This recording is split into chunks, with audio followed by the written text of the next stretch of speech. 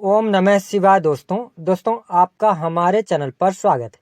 और इस वीडियो में हम आपको बताने जा रहे हैं कि यदि जन्म कुंडली के दूसरे भाव में ग्रहों के राजा सूर्य देव स्थित हों तो वह कैसे परिणाम देते हैं, क्या फल देते हैं।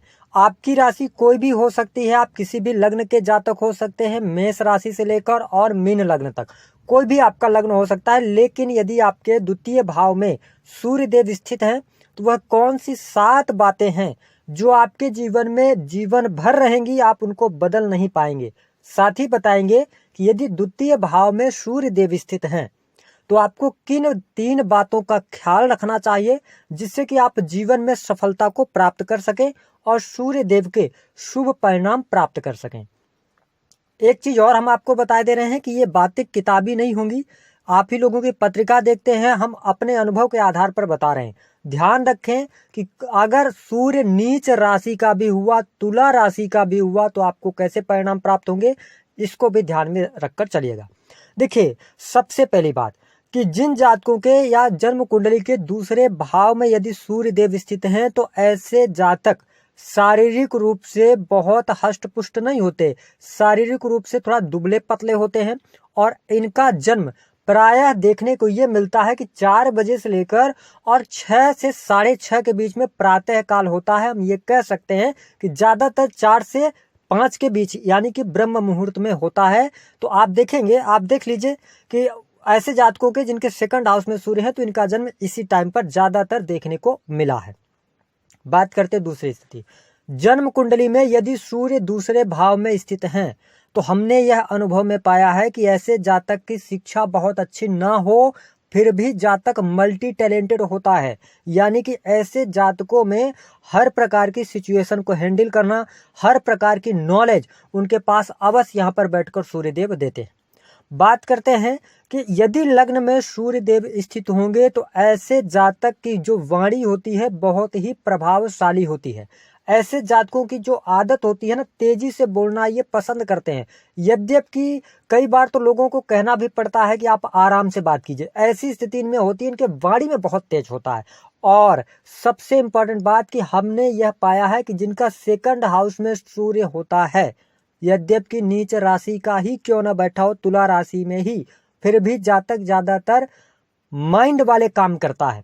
मेहनत वाले ऐसे जातक बहुत कम काम करते हुए मिलते हैं। ऐसे जातक कंसल्टेंसी, वाणी से रिलेटेड कार्य, बोलने, सलाह देने, समझाने का कार्य, पत्रकारिता का कार्य, इन क्षेत्रों में ज्यादा अपना करियर बनाते नजर आते हैं। यदि सेकंड हाउस के अंदर सूर्य देव होंगे तो ऐसे जातक के पास में कहते हैं ना कि बड़ी डीप थिंकिंग ऐसा जातक रखता है। यानी कि बड़े किसी भी चीज को बड़े गहराई से निकाल कर लाने की क्षमता रखता है और किसी भी चीज को एक्सप्लेन करने का तरीका भी गजब का होता है अगर सेकंड हाउस में सूर्य है। ध्यान रखें, हम अपने अनुभव के आधार पर आपको बता रहे हैं, सेकंड हाउस का सूर्य वाला व्यक्ति ऊपर से और अंदर से भी बहुत ही भावुक होता है। लेकिन इनका एक मानना होता है कि सेकंड हाउस के सूर्य वाले को हम मुझे माफ कीजिएगा, मैं सांप कहता हूं। ऐसे लोग सांप की तरह होते हैं। सांप का मतलब क्या होता है कि जब तक कि इनको आप परेशान नहीं करेंगे ना, ये कुछ भी इतने अच्छे से पेश आएंगे, इतना इनका स्वभाव व्यवहार, इतनी अच्छी बातें रहेंगी कि आप सोच भी नहीं सकते। लेकिन अगर इनको आपने थोड़ा सा भी पिंच किया ना तो फिर आपको ये छोड़ेंगे नहीं। ऐसी स्थिति सेकंड हाउस वाले में होती है। हाँ, एक बात का ध्यान रखें कि ये अंदर से थोड़ा सा डरे हुए होते हैं, कॉन्फिडेंस लेवल इनका कमजोर होता है ना। लेकिन फिर भी ऐसी स्थिति और वाणी के माध्यम से बड़े शत्रुओं को पराजित करने में सफल हो जाते हैं। ये हमने देखा है सेकंड हाउस के सूर्य वाले के विषय में। और अगर हम पारिवारिक जीवन की बात करें तो हम इनको ये कह सकते हैं कि जिनका सेकंड हाउस में सूर्य है, आप इस वीडियो को देख रहे हैं, अगर सूर्य है सेकंड हाउस में तो आप मेरी बात को समझ सकते हैं कि जिनका सेकंड हाउस के अंदर सूर्य होगा, ऐसा जातक अपने परिवार के लिए कुछ भी करने को तैयार हो जाएगा। यानी कि ऐसे जातक के जीवन में शुरुआती जीवन से ही बड़ा संघर्ष रहता है और सूर्य देव जाके ऐसे जातक को 28 से 29वें वर्ष के बाद जीवन को बेहतर धीरे धीरे करने लगते हैं। लेकिन ऐसे जातकों की जैसे जैसे उम्र बढ़ती है उनके परिवार की जो संपत्ति होती है धीरे धीरे कम होने लगती है। लेकिन ऐसे जातक जिनके सेकंड हाउस के अंदर सूर्य होते हैं, आप देखेंगे कि इनकी जैसे जैसे उम्र बढ़ेगी तो इनका पैसा भी लगातार बढ़ता चला जाता है। सेकंड हाउस के सूर्य वाले व्यक्ति को हम ये कह सकते हैं कि ऐसा जातक अपने परिवार की जिम्मेदारियों को बहुत पहले से उठाता है, बखूबी उठाता है, और ऐसा व्यक्ति अपनी खुशियों को ताक पर रखकर अपने परिवार के भाई बहनों को, लोगों को, माता पिता को खुश रखना जानता है। ये हमने देखा है सेकंड हाउस के सूर्य वाले व्यक्ति को। सेकंड हाउस में यदि सूर्य होगा तो ऐसा व्यक्ति खाने का बहुत बड़ा शौकीन होता है। समझिएगा, खाने का शौकीन का मतलब यह है कि ऐसे जातक का जो भोजन होगा, आहार होगा, वो आहार कम करेगा लेकिन उसको अच्छे खाने की आदत होती है। चटपटे मसालेदार खाने की उसको आदत अवश्य होती है। राजसी स्वभाव लिया हुआ होता है, खाने पीने के बहुत ही जातक शौकीन होते हैं।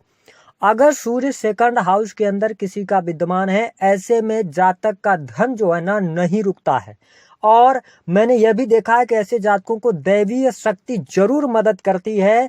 ऐसे जातकों को जब भी धन की जरूरत पड़ेगी तो धन की वजह से इनका कार्य नहीं रुकता है। सेकंड हाउस के अंदर अगर सूर्य बैठा हुआ है तो सेकंड हाउस में अगर सूर्य बैठा हुआ है तो ऐसे जातकों को ये भी कहा जाता है कि ऐसे जातकों में थोड़ा सा खर्चा करने की आदत ज्यादा होती है।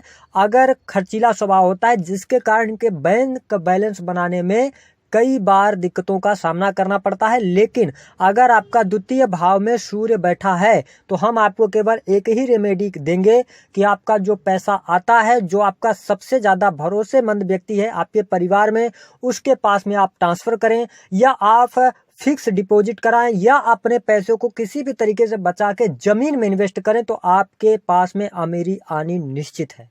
ये 100%। सूर्य, हमने फिर से बोला, सूर्य अगर नीच राशि का भी बैठा होगा तो हाँ, एक शर्त यहां पर रहेगी कि बुध भी उसके एक घर आगे या एक घर पीछे या साथ में होना चाहिए। आप किसी भी लग्न के जातक हो, सूर्य सेकंड हाउस के अंदर होगा तो आपको बता दें कि आप सबके लिए बहुत अच्छा करेंगे लेकिन एप्रिसिएशन नहीं मिलेगा। दूसरी बात कि आप जिनकी मदद करेंगे वही व्यक्ति आपके सामने आकर एक दिन खड़ा होगा और आपको अपना दुश्मन मानेगा। ये सेकंड हाउस के सूर्य की सबसे नेगेटिव बात है।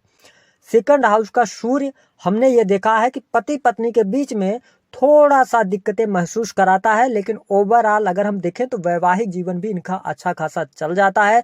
इनको जो पत्नी मिलती है तेज स्वभाव के मिलती है, इन्हीं के जैसे रहती है। ये भी हमने देखा, शांत स्वभाव की इनको पत्नी नहीं मिलेगी, मिलेगी तो इन्हीं के जैसे मिलेगी, है ना। इसी वजह से छोटी छोटी बातों को लेकर मिसअंडरस्टैंडिंग इनके बीच में रहती है। सेकंड हाउस के सूर्य के विषय में एक बात और कहें कि यह पैतृक संपत्ति से आपको वंचित कर देता है।